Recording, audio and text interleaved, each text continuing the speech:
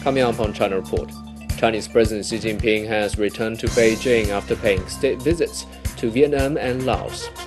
And the first Malaysian-born female giant panda cub has wrapped up her more than 2 years' stay in a foreign country and returned to China.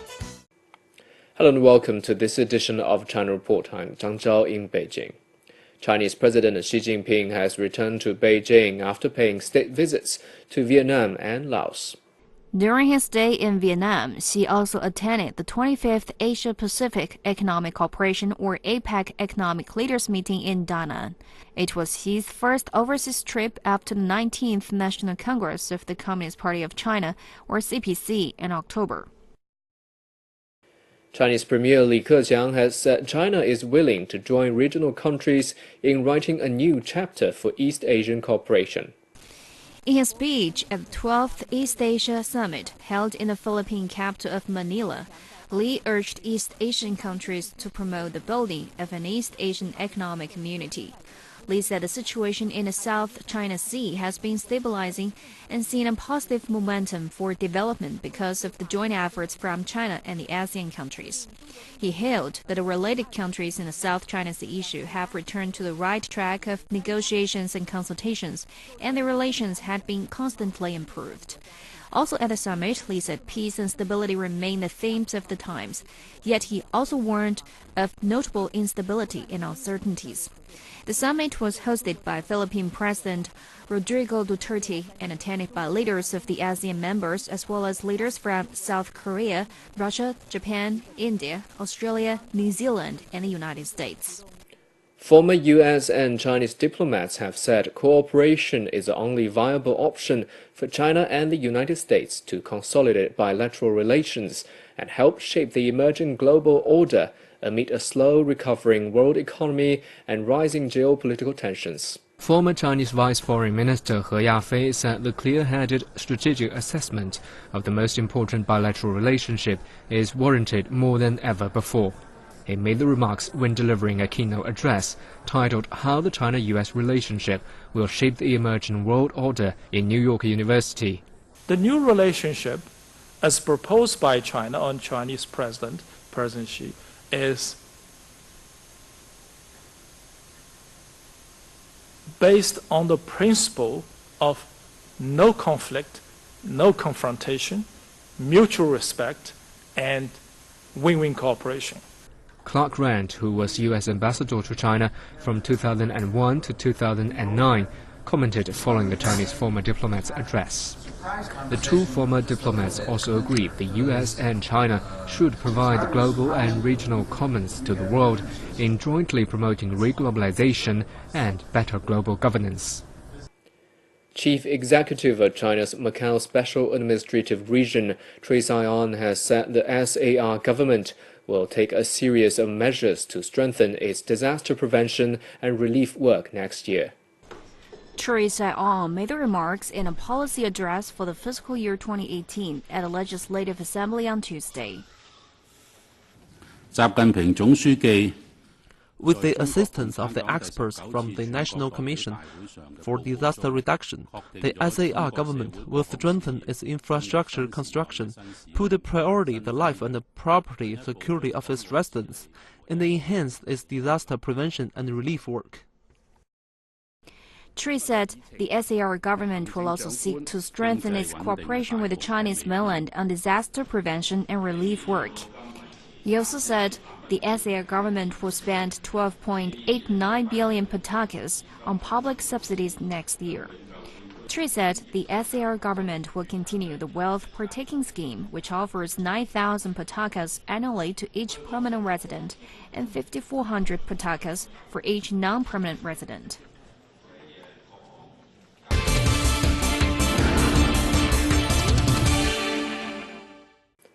China has launched a new meteorological satellite from the Taiyuan Satellite Launch Center in northern China's Shanxi province. Take a look. A Long March 4C rocket carried Fengyun 3D into space on Wednesday. The satellite has entered its orbit.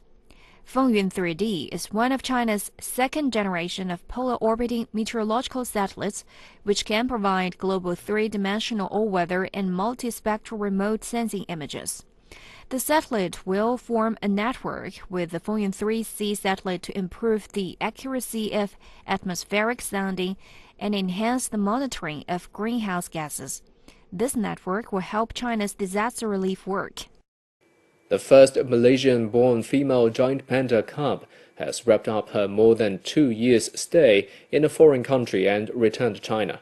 Nuan Nuan took a flight on Tuesday at the Kuala Lumpur International Airport. She will start her new life in southwest China's Sichuan province. Born on August 18, 2015 to two loaned Chinese pandas, Nuan Nuan, meaning warmth, forged a close bond with Malaysian people and the keepers. Director of the Giant Panda Conservation Center of the National Zoo said he felt both sad and happy for Nuan Nuan, which he had been taking care of for quite some time. The emotion is that sad and happiness come together. But of course, at the moment I feel quite sad because Nuan Nuan is a very good cub. Didn't show any problem for us during 2 years plus in Malaysia. So our bonding is very close because panda is a very unique animal. Nuan Nuan's parents, Xing Xing and Liang Liang, will continue their stay in Malaysia. Some economic news from China up first. Foreign direct investment into the Chinese mainland rose 5% year-on-year last month. According to the National Bureau of Statistics, or the NBS, on a month-on-month basis, industrial output edged up 0.5% from September. In the January to October period, combined industrial output grew 6.7% year-on-year, flat with the first 9 months of the year. Industrial output is used to measure the activity of designated large enterprises with annual turnover of at least around $3 million.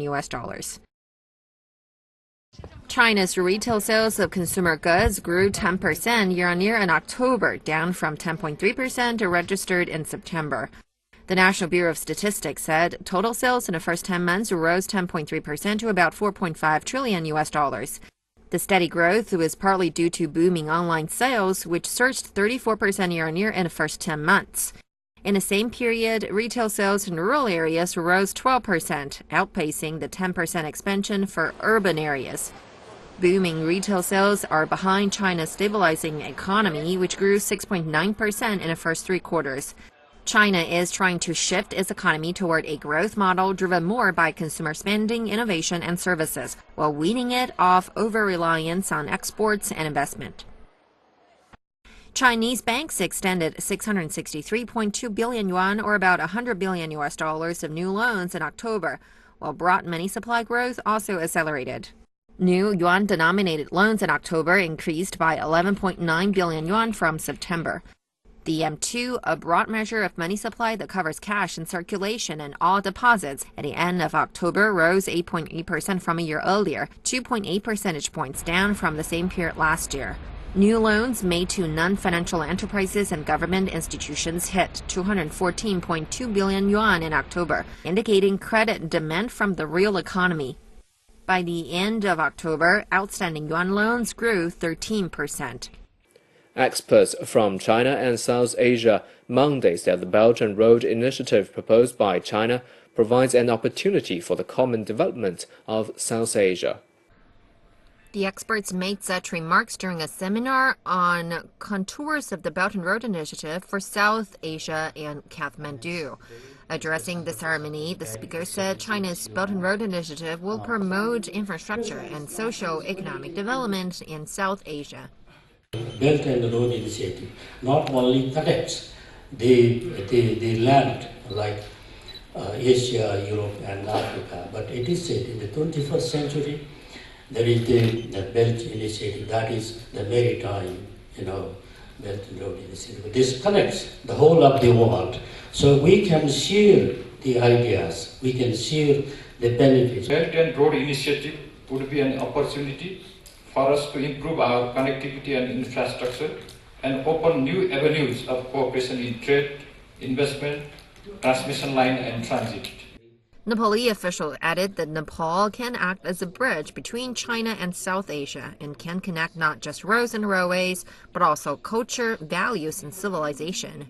On the occasion, Chinese ambassador to Nepal said there is great potential on project cooperation between China and the South Asian countries.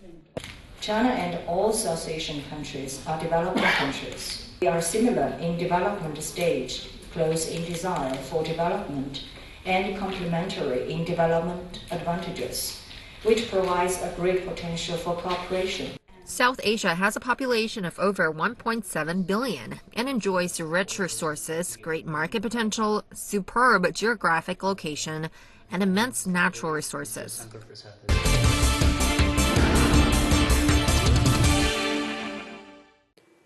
Named after ancient Chinese philosopher Confucius, the Confucius Institutes help foreigners better understand China by teaching Chinese language and culture at universities overseas. Up to now, a total of 2.1 million people are learning Chinese language and culture in more than 500 Confucius Institutes and over 1,000 Confucius classrooms across 140 countries and regions. The Confucius Institutes have already become a bridge of cultural exchange. Lilian Espinoza is now teaching Chileans the Chinese language and culture. The story is the epitome of the closer relationship between the two countries and cultures. As executive director of the exemplary Confucius Institute in San Diego, Espinoza found herself in a place to do more. I understand that there are times in life where they say action, especially with the job I have to do, which was mainly with diplomats. Espinoza had studied public relations and drama at Chile's Santo Tomas, then worked for the university as a PR manager. The experiences granted her a rare chance to study in China. In 2008, we received a fax from the Chinese embassy offering a scholarship for an ex-alumnus, teacher, or official from Santo Tomas. And I said, "Wow, I'm all three." I went to study at the Beijing Language and Culture University. At first, it was very hard for me. What was I doing here? I had classes every day, Monday through Friday, from 8:30 in the morning to 12:30. 2 years in China had helped Espinoza learn a lot more about the country, almost opposite to Chile. I was in a place where all cultures merged, a country where I learned a lot aside from knowing about the Chinese culture. The wonderful country taught me a lot about respect and tolerance, on admiration and respect that Chinese people have for foreigners, as well as the big amount of benefits through scholarships and programs, all of which they are offering all around the world. Espinoza said the Chinese language is popular in Spanish-speaking countries. What English used to be to our parents is what Mandarin to our children now. It's the language that opens doors, the language that we need right now in Spanish-speaking countries. Before, those who could speak English made a difference. Now it's those who speak Mandarin. In Kenya, a Chinese language training course for Kenyan diplomats has been launched at the University of Nairobi's Confucius Institute. Kenya's Cabinet Secretary for Foreign Affairs said language and culture remains the cornerstone of Sino-Kenya bilateral ties. 30 Kenyan diplomats serving in various departments and Ministry of Foreign Affairs will undergo a 4-month training in Chinese language. In Nigeria, as China is considered as one of the country's most important trade partners, learning Mandarin by the customs officers would enhance effectiveness. The Nigerian Customs Service shortlisted 40 of its officers to attend the Mandarin classes aimed at breaking the communication barrier between Chinese-speaking tourists or investors and law enforcement agents in Nigeria. Now, widely taught in primary and secondary schools, as well as Confucius Institutes spread across the West African country, Mandarin is considered one of the most popular foreign languages in Nigeria. An all-Chinese sailing crew has officially qualified for one of the world's most challenging and prestigious ocean races, the Hobart Yacht Race. CNC went to meet them as they prepared. The professional Chinese sailing team with their yacht De Ruchi won its place in Australia's Sydney to Hobart Yacht Race. This will be the fourth consecutive year the sailing team of Shanghai-based Noah's Sailing Club has entered the famed Boxing Day event. After arriving in Sydney in October, the crew had been preparing with rigorous physical and tactical training ahead of the grueling ocean race. A secret weapon for the De Ruchi in the lead-up to the race has been the help of Aussie sailing coach Ben Morrison-Jack. With almost 2 decades of professional experience, the 3-time America's Cup veteran has put the team through its paces and shared some local knowledge for the upcoming race. Wild winds, huge seas, and crammed cold conditions will be just a few of the challenges awaiting the crew on board their super-fast TP52. A new technology to plant, produce, process, and export high-quality saffron has been set up by a Chinese businessman in Afghanistan. Take a look. In Afghanistan, farming poppies is a lucrative trade. Farmers can get around 10 times more for poppies than they can for wheat. Little thought is given to its ruinous effects, or that it provides much of the world's opium and heroin. But in parts western Herat province, some are starting to turn away from the lucrative but illicit crop to instead grow saffron. Helping them are new international investors such as Jiang Dongdong, vice president of the Afghanistan Bandi Amir Saffron Company. Actually, we come here doing the investment about saffron. Meanwhile, we will introduce the Chinese new technology, bring to here, and there's a good weather condition in Afghanistan. So we can join together, use the Chinese technology and the good weather condition, so we can produce the best quality in the world of the saffron. The company has teamed up with local firm, the Afghan Apple Agricultural Union, to cultivate and produce high-quality saffron. Along the way, they hope to turn farmers away from producing poppies and cut off a key source of the world's drug trade. The UN estimates Afghan's poppy fields produce up to 80% of all the world's opium. Because I heard there's a bad news in Afghanistan. There's many poppy. You know poppy? They produce many poppy. If we can plant saffron instead of poppy, there's a very good help for the Afghan people, I think. Today, the Bandi Amir Saffron Company has 4 Chinese staff and 15 Afghan workers, including 12 women. They're working on 3 acres of saffron land on the southwestern edge of Kabul city. Across the country, saffron is cultivated in 30 out of Afghanistan's 34 provinces. The industry supports around 18,000 farmers and provides potential revenues of over $100 million each year. Chinese bike-sharing giant Mobike has rolled out in Sydney. The company is looking to offer a low-cost, healthy alternative to Australian commuters. The company will initially put 500 of its bright orange bikes on the city's roads. As part of an introductory offer, users will be able to ride them for free in November after just a $1 Australian deposit. Mobike Australia General Manager said the rollout will be at the city's Green Square area and will give an alternative to commuters during rush hours packed buses and trains. The shareable bikes become the latest to hit Sydney. There are more than 4,000 dockless bikes in the city, with other operators including ReadyGo, O-Bike, Airbike, and OFO. Mobike recently successfully bid to provide bike-sharing services there in Queensland state. Worldwide, the company operates more than 7 million bikes in more than 190 cities, including China, Singapore, Italy, Japan, the United Kingdom, and the United States. Preparations for the 2019 Beijing International Horticultural Exhibition are already underway. On Monday, more than 150 guests attended an event in Paris as part of the build-up. China Report takes a look. The event was organized by the Coordination Bureau of Beijing Expo. Attenders expressed their appreciation and support for the Beijing Expo's concept of green development. Lu Yan, Deputy Mayor of Beijing Municipal Government and Director General of the Coordination Bureau of Beijing Expo, said the Beijing Expo will combine traditional arts and crafts with modern technological innovation. The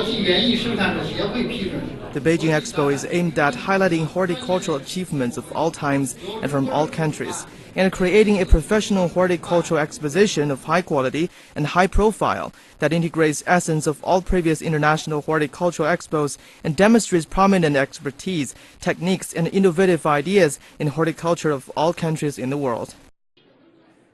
The International Exhibition Bureau Deputy Secretary General said the Bureau highly praised the preparation works and looks forward to the upcoming expo. Kirkanzis noted the Chinese people have a long history and deep tradition in flower planting and horticulture. Chinese ambassador to France, Zhai Jun, said the Beijing Expo is a vital practice to highlight China's cultural soft power and to amplify international cooperation. Themed as Live Green, Live Better, the Beijing Expo will be held from April 29th to October 7th, 2019. Over 70 countries and international organizations have confirmed their participation. That's all for this edition of China Report. For more news and highlights, follow us on our website, yan.cncnews.cn. Thank you for being with us. See you next time.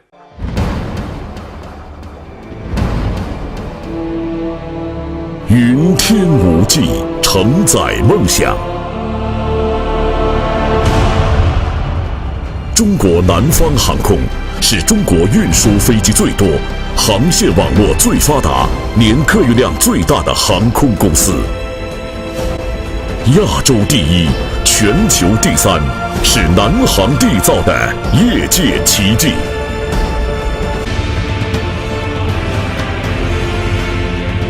蓝天壮志情，云海谱华章。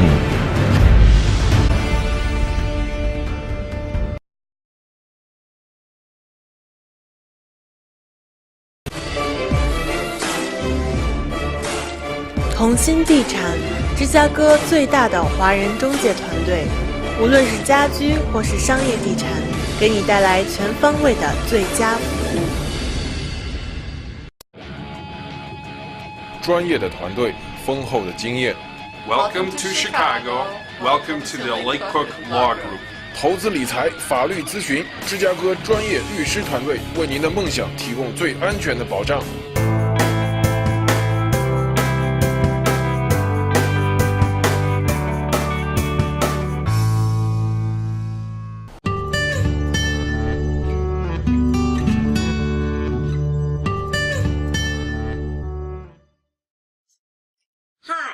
This is Little Chinese Channel, 小小中文 Lesson 2. In this lesson, we will be teaching you these 6 Chinese characters. From our last lesson, we learned the character 十. If we add a stroke like this on top, it turns into 千. 千 means 1,000. 1000 means 1,000. 千 is part of these 2 characters. If we change the top line of 千 with the straighter one, it is 干 means dry. 干的 means dry. These 2 characters have 干 in them. If we give 干a hook, it is 鱼 means at or in. 出生于 means born in. If we turn 鱼 back into 干,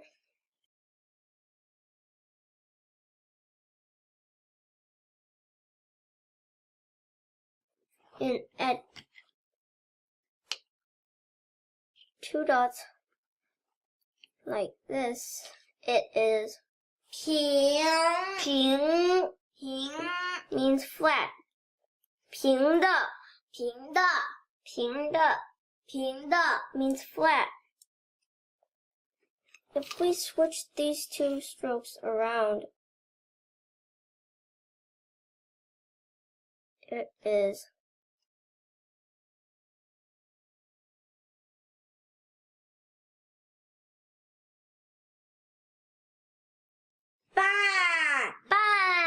ban means half. 一半 means half. 半天 means half day. If we turn 半 back into 10 and add a stroke like this and a horizontal stroke,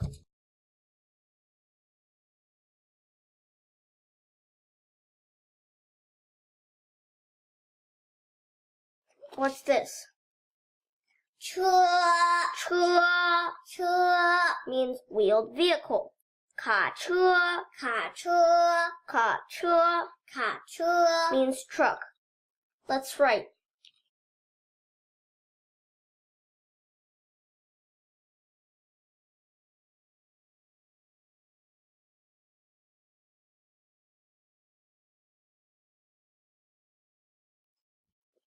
千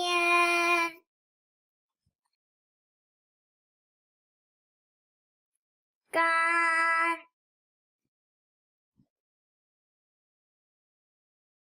日 平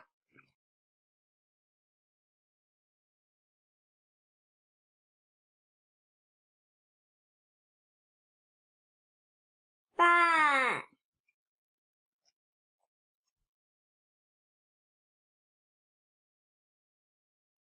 车